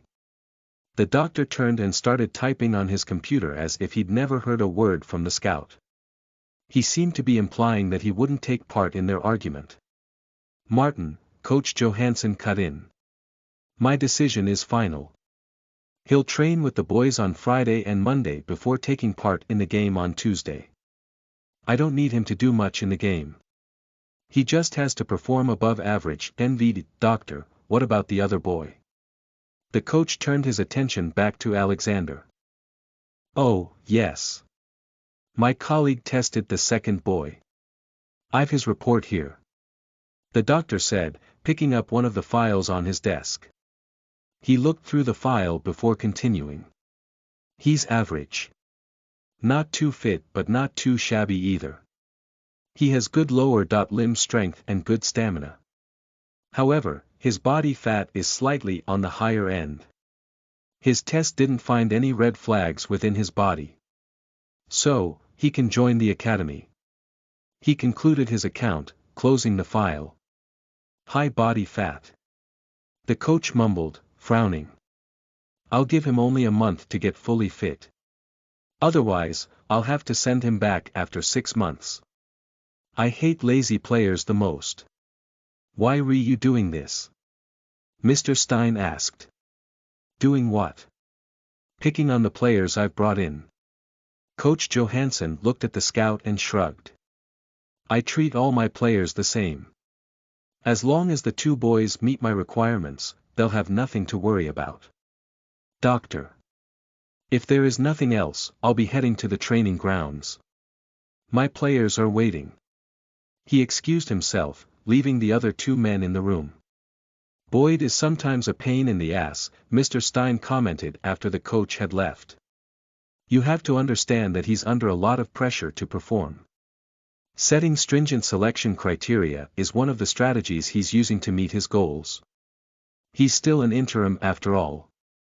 Nah, Mr. Stein shook his head. I'm guessing that he's related to one of my foes on the board. What do I tell the boys now? It's as if you've just become a scout, the doctor exclaimed. Tell them the truth. Chapter 18. Resolution. You are listening at novelfull.audio. After the medical at St. Olaf, Mr. Stein drove the 2 boys back to their apartment before disclosing the results of their tests. He then explained to the boys how they had passed but still needed to undergo one final test before they could receive the soccer academy scholarship. Let me get this straight, Kasongo intoned, frowning. We passed the medical, but the coach still wants to put us through another test before we sign a contract. He was as outspoken as usual. That's basically it. Mr. Stein nodded. Why an under .19 match for me? Zachary asked, drumming his fingers on the dining table. The slanting rays of the evening sun coming into the small kitchen through the opposite window highlighted the sullen look on his face. Mr. Stein, seated on one of the chairs on the opposite side, looked at him and smiled. Are you scared? Yes, Zachary replied honestly. He was informed that he was to face the under .19 players who'd been undergoing well-tailored professional training from their childhood. He wasn't so naive to think he would best such players, 2 to 3 years his seniors. Do you watch the English Premier League? Mr. Stein asked, leaning back in his seat. The question caught Zachary off guard. He looked at the scout, wondering why he'd brought up the premiership, but nothing came to his mind at that moment. Nonetheless, he still decided to humor the aged scout with an answer. I do. He nodded. Mr. Stein cast a teasing glance at Zachary before speaking. Then you must have watched the Arsenal team of 2003 when Cesc Fabregas made his debut for the Gunners at the age of 16. That was in an English Premiership club, several tiers above our Rosenborg BK. But the boy Cesc started his professional career at such a young age and still managed to impress in one of the toughest leagues on the planet. What about you? Mr. Stein seemed more like a coach rather than a scout. If you can't even perform in a friendly game of the Rosenborg under .19s, how will you succeed as a professional player later on? Will you be able to compete with boys, talented as Cesc? The scout queried, locking eyes with Zachary. The questions hit Zachary's psyche like a blacksmith's hammer on hot iron, molding a determination of steel he'd never possessed in the entirety of his 2 lives. His eyes lit up as a dozen or so new ambitions streamed through his brain. He desired to be a winner who was able to compete with anybody. He couldn't help but think about the greats like Lionel Messi and Cristiano Ronaldo. They had made their debuts in official matches at the ages of 17 and 18, respectively. But they had shined like the stars they were, stumping their names in the histories of their clubs. Zachary dreamed of such glory and was determined to achieve it. I need to start gunning for the top right away. He deliberated. He resolved to be the greatest such that if he ever faltered, he would fall close to the top. If he set his sights on besting Ronaldinho but failed, he would at least compare with Neymar or end up as a Mohamed Salah in the future. And that was not a bad thing for him since he was just a failure in his past life. With the system as support, coupled with his hard work, he believed that he would reach the top sooner or later. He just had to correct his attitude before it was too late. With newfound vigor, he looked at the scout with a glint in his eyes. I understand, he said solemnly. I'll aim for an excellent performance during the friendly match with Viking. You won't be disappointed. Boy, that's the spirit. The scout laughed. Remember that motivation is only your motor, but you have to steer toward the right destination. I have been a scout for a long time and can tell that you're a talent. Your destination should be the top professional leagues of Europe.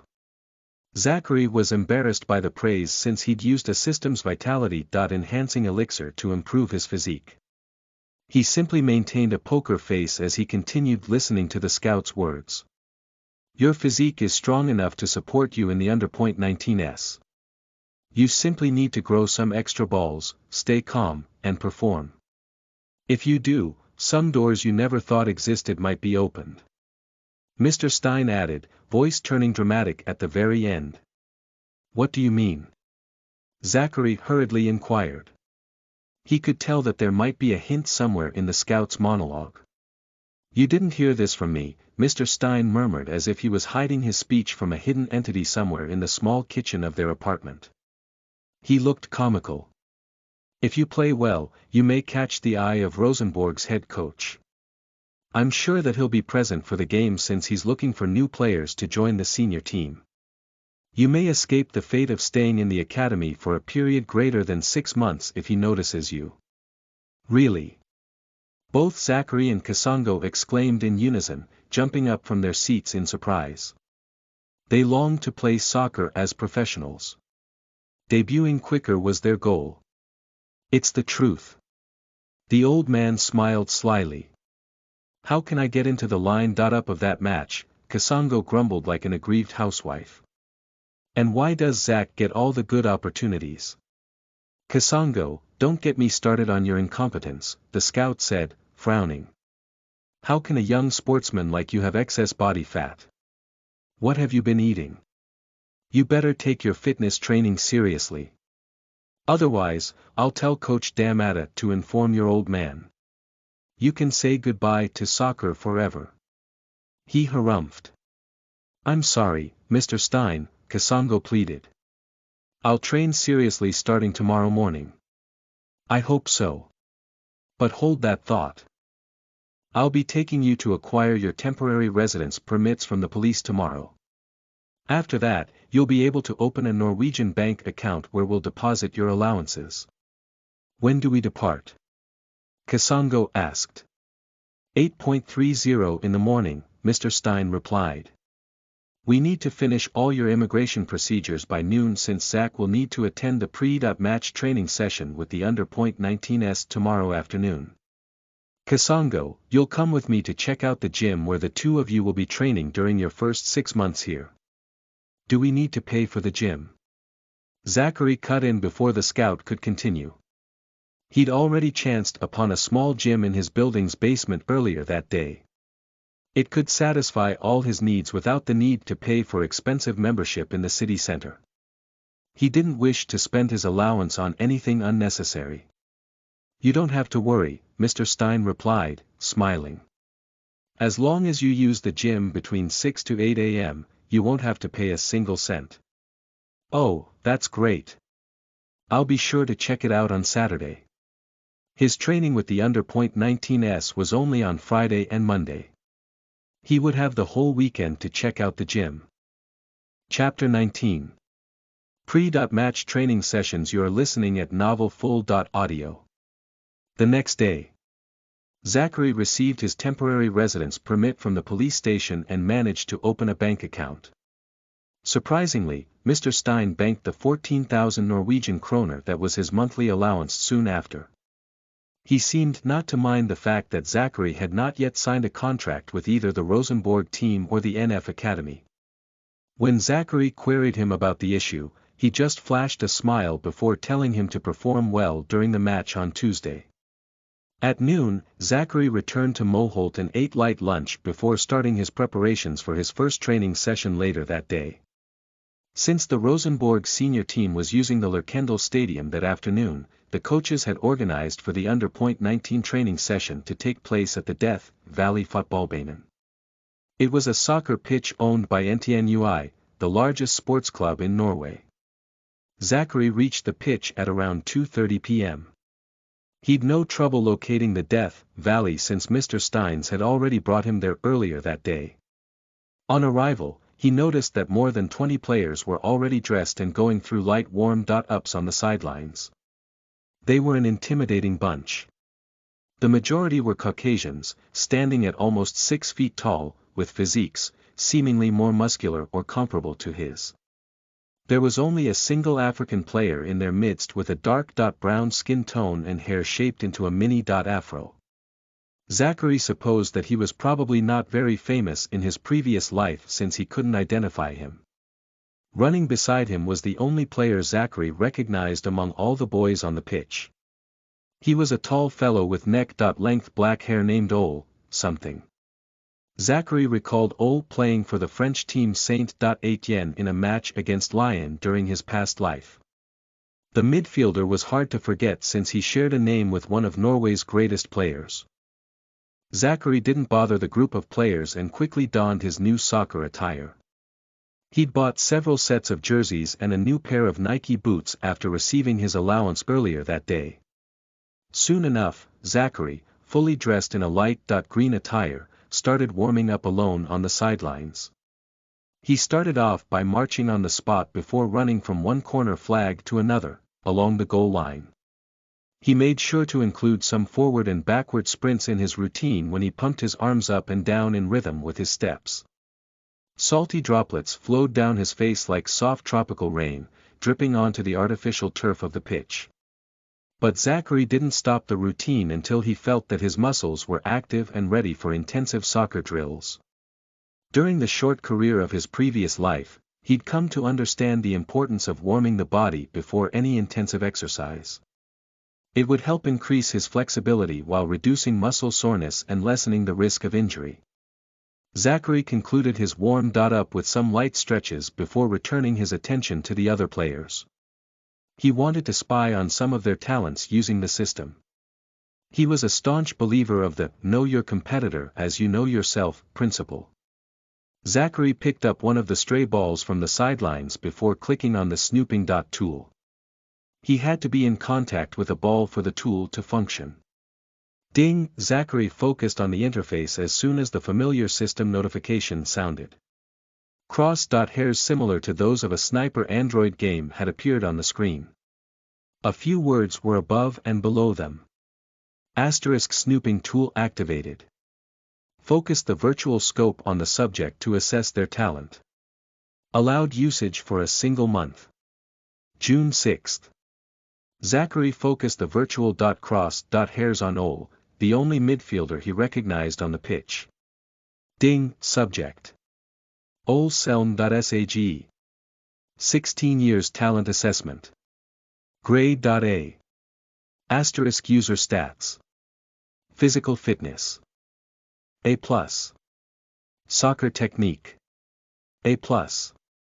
Game intelligence. B+. Mental ability and mindset. A. X. Factors. C+. Zachary was at a loss for words after glancing at the translucent virtual screen.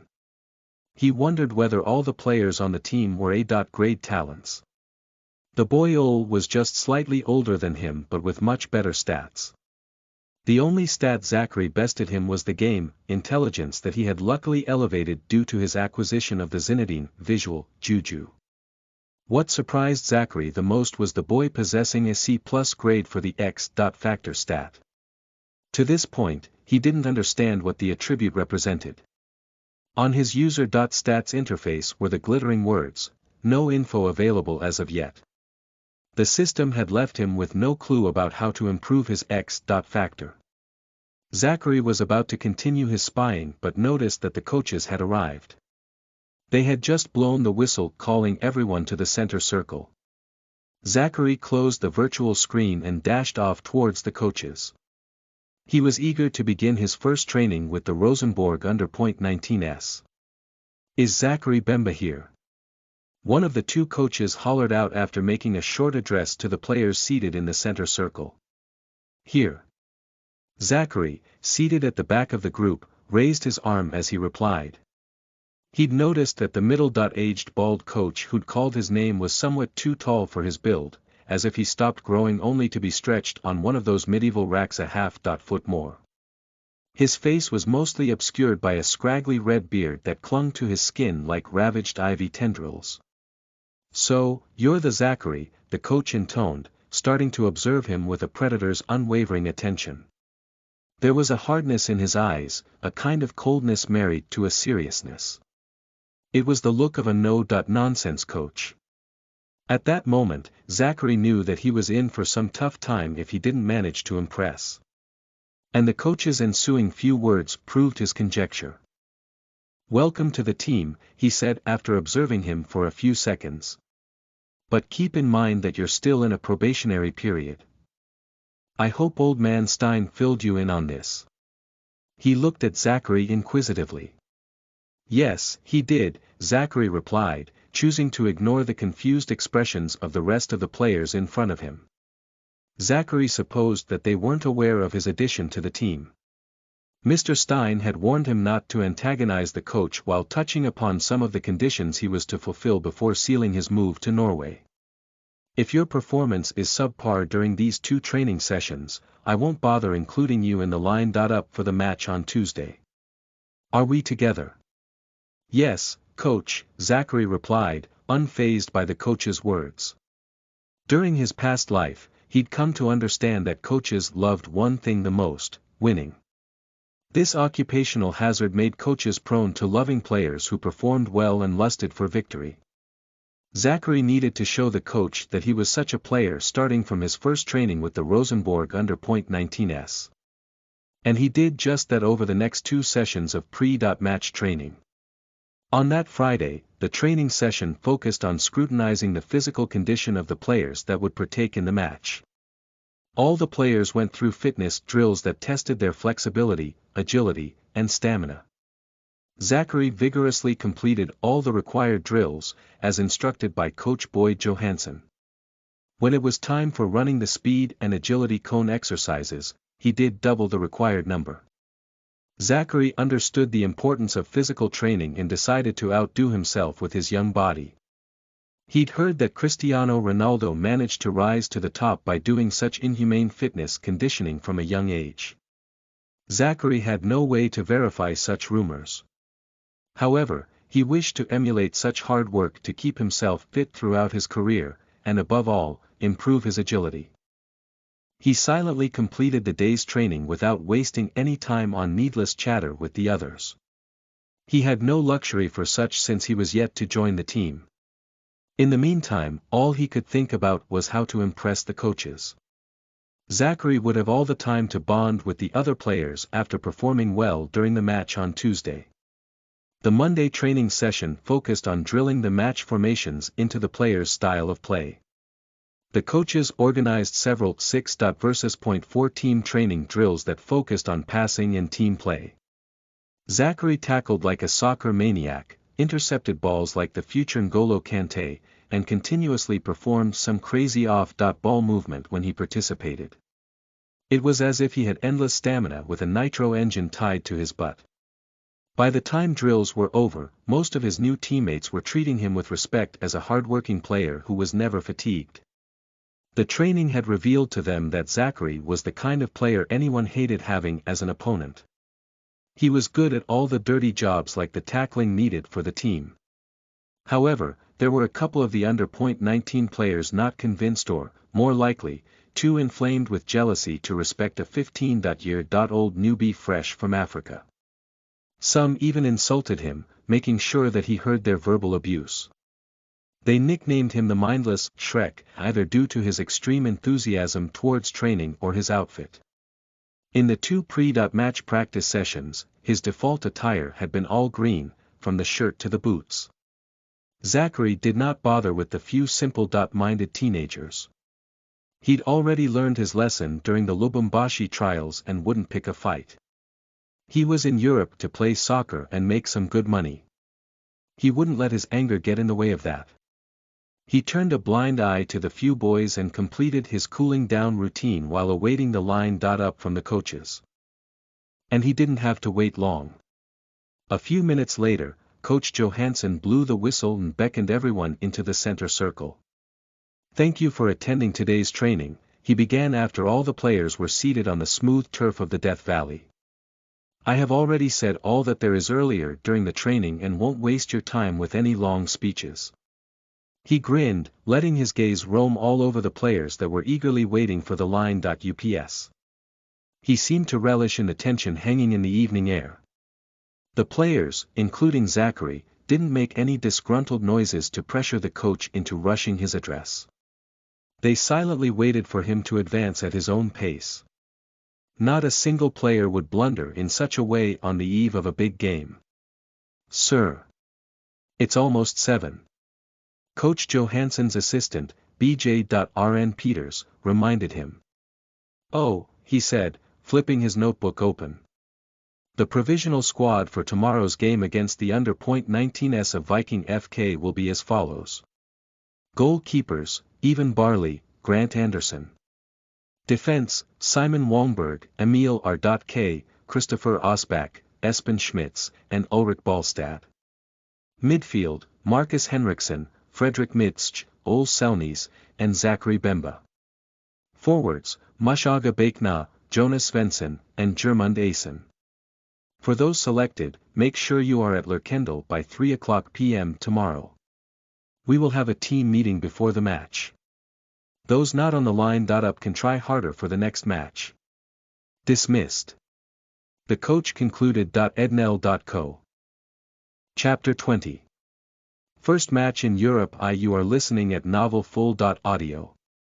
Zachary left the Death Valley right after Coach Johansson had finished naming the line. Ups for the game. A weight had been lifted from his shoulders when the coach mentioned his name as part of the team. He walked taller. His stride was lighter, more carefree. He was looking forward to the game against Viking FK. The cold evening gave him a reason to rush back home, to his new apartment, and enjoy the warmth of the heating system in his room. He quickened his step and reached Moholt within less than 15 minutes. "You're back." Kasongo flashed him a smile when he entered the small kitchen, also serving as their living room. Zachary noticed that he'd just placed some French fries and chicken breasts in the oven. The boy was someone who enjoyed his chicken. That was a conclusion made by Zachary after spending the past few days with him. "How was it?" he asked, looking at Zachary expectantly. Zachary grinned and said, "What do you think? I'm on the team." Kasongo sighed. "Man, you're a lucky bastard. You're already going to play a match in Europe, whereas I'm stuck with physicals at the gym, day in day out." "Just cut down on your meat consumption," Zachary advised. "You wouldn't need the physicals if you had no excess fat." "Who says that chicken increases fat?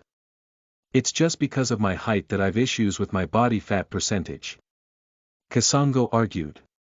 "Are you in the starting 11? he asked. "I don't know yet. The coaches will name the starting team players tomorrow before the match. But I'll most likely not be starting," Zachary replied. "That's understandable. You're a newbie on the team," Kasongo intoned. "Is the match going to be played in the main Lerkendal Stadium?" he asked. "Yes," Zachary replied. The Lerkendal Idrettspark, owned by Rosenborg, consisted of the main stadium and 3 training pitches. They were well managed and strictly controlled by the club's management. Their under-19 game against Viking Stavanger would take place in the main stadium. "If you play, I will be there to cheer you on. Go and showcase the spirit of African football." Kasongo smiled. He then focused on cutting onions in preparations for their dinner. The two had resolved to cook in turns during their stay together in Trondheim. That day was Kasongo's turn.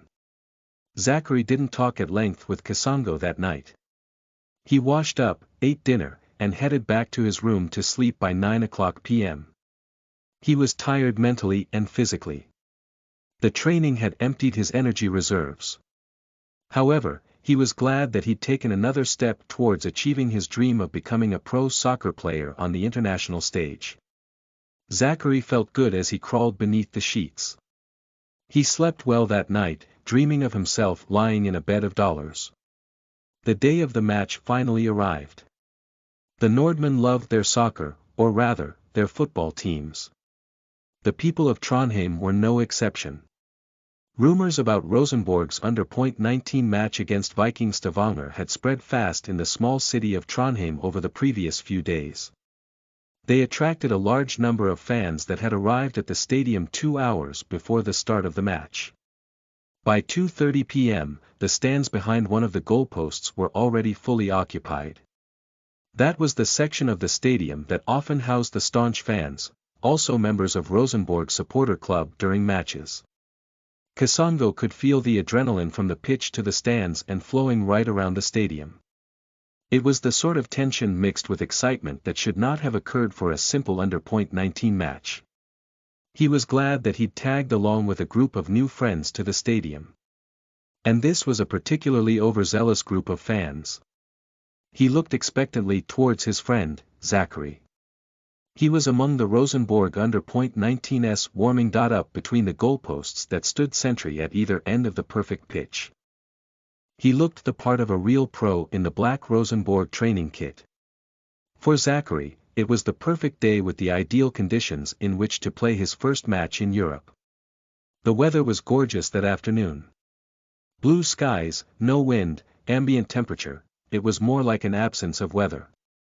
The usual autumn coldness was absent that Tuesday. Lerkendal Stadium was millions of perfect grass strands as eager for the start of play as the fans who had already brought the stadium to light. Zachary could hear their loud cheers fueling his eagerness to perform. But at the same time, he was a bit overwhelmed by the atmosphere. It had been a long time since he last played in front of a crowd. Zachary stretched his legs and watched the Viking FK players match into the other half of the pitch. Their light grey training kits seemed somewhat dull to Zachary. As they took the field in perfect formation, a slow, steady booing filled the air. The Rosenborg home fans were already giving the Viking team hell even before the match started. Although the stadium was only a quarter full, the cheers of the fans were deafening. All players stopped the warm-up exercises and head to the dressing room. The assistant coach, BJ.RN Peters, yelled as he moved around the half of the pitch occupied by the Rosenborg team. Zach! Zach! As Zachary jogged towards the dressing room, he heard someone calling out his name from one of the emptier stands. He looked up only to find Kristen, Mr. Stein, and another old gentleman sitting just beside the stadium tunnel entrance. "We are rooting for you," Kristen yelled when he cast his sight towards the trio. "Thank you." Zachary mouthed the words. He waved to his acquaintances before moving on towards the dressing room. "You know Kristen Stein?" A voice sounded from behind him once he stepped into the tunnel. Zachary turned around and noticed that the substitute goalkeeper had arrived behind him at some point. He was Grant Anderson, a tall Caucasian with blue eyes and a chiseled jaw. The combination of his blonde hair, tied into a ponytail, and booming voice made him seem intimidating. "Yes," Zachary replied. "But just casually," he emphasized. Grant observed him with narrowed, rigid, and cold eyes before saying, "I hope what you say is true. Otherwise." He harumphed before continuing to the dressing room. "Is old Grant giving you a hard time?" Ole Selmnes inquired. "He'd come up to him right after the goalkeeper left." "Nope. He was just saying hi," Zachary replied honestly. He had not taken Grant's words seriously. Thoughts about the match were what occupied his mind at that moment. He wouldn't bother about the ravings of a teenager before his first game. "That's great." Ole patted the back of his shoulder. "Keep your head in the game. I'm sure the coach will give you an opportunity today." He gave Zachary a thumbs up before continuing to the dressing room. Zachary found the dressing room in a state of chaos. Hoots, hollers, and laughter sounded back and forth through the air, ricocheting off the lockers like metal bullets. Most of the players were slowly putting on their white T-shirts and black shorts. That was the official home jersey of Team Rosenborg. Zach Mushaga, the only other black fellow in the room, called out to him after seeing Zachary standing by the entrance. He was the player with an afro haircut. The coach had named him as one of the forwards for the game. "Your jersey is there," he said, pointing to one of the hooks beside a locker. He seemed like a friendly person to Zachary. "Thank you," Zachary said before picking up the jersey. Since Zachary was not yet officially on the team, he received a numberless jersey for that match. Coach Johansson and his assistant soon came in. The room fell into silence. The Rosenborg under .19s, dressed in their full jerseys, turned their focus on to the coach. "We'll play the 4-5-1 formation." He started explaining the tactics right away while inscribing the squad on the whiteboard fixed to the wall. Goalkeeper, Ivan Barley. The center-backs, Simon Wongberg, Espen Schmitz. The right-back, Ulrich Ballstad. Left-back, Christopher Osbach. Central midfielders, defensive, Ole Selmnes, Fredrik Midtsch. Central midfielder, attacking, Germund Asen. Right wingers, Jonas Svensson. Left winger, Marcus Henriksen. Forward, Mushaga Bakna. In a few minutes, the coach expounded on the formation and tactics for the first half. The team would play with 4 defenders, 5 midfielders, and a single forward. Coach Johansson intended to shut down every passing opportunity of the opposition. Thus, the players would attack and defend together like a pack of wolves. Zachary was left on the bench together with Grant, Emile, and Jonas. The other 3 players seemed unhappy about it. However, Zachary was different. It was his first game with the club. He wasn't expecting to be in the starting line. Up for the game in the first place. With his mind at ease, Zachary left the dressing room and headed to the technical area to watch the start of the game. He had to analyze every moment of play to search for opportunities he could exploit when he joined the game as a substitute. The 2 teams didn't keep the fans waiting for long. At exactly 3:45 p.m. of that Tuesday, 2 armies of 11 walked onto the green to pitch war in the way of civilized societies. The match between Rosenborg U19 versus Viking U19 was finally starting.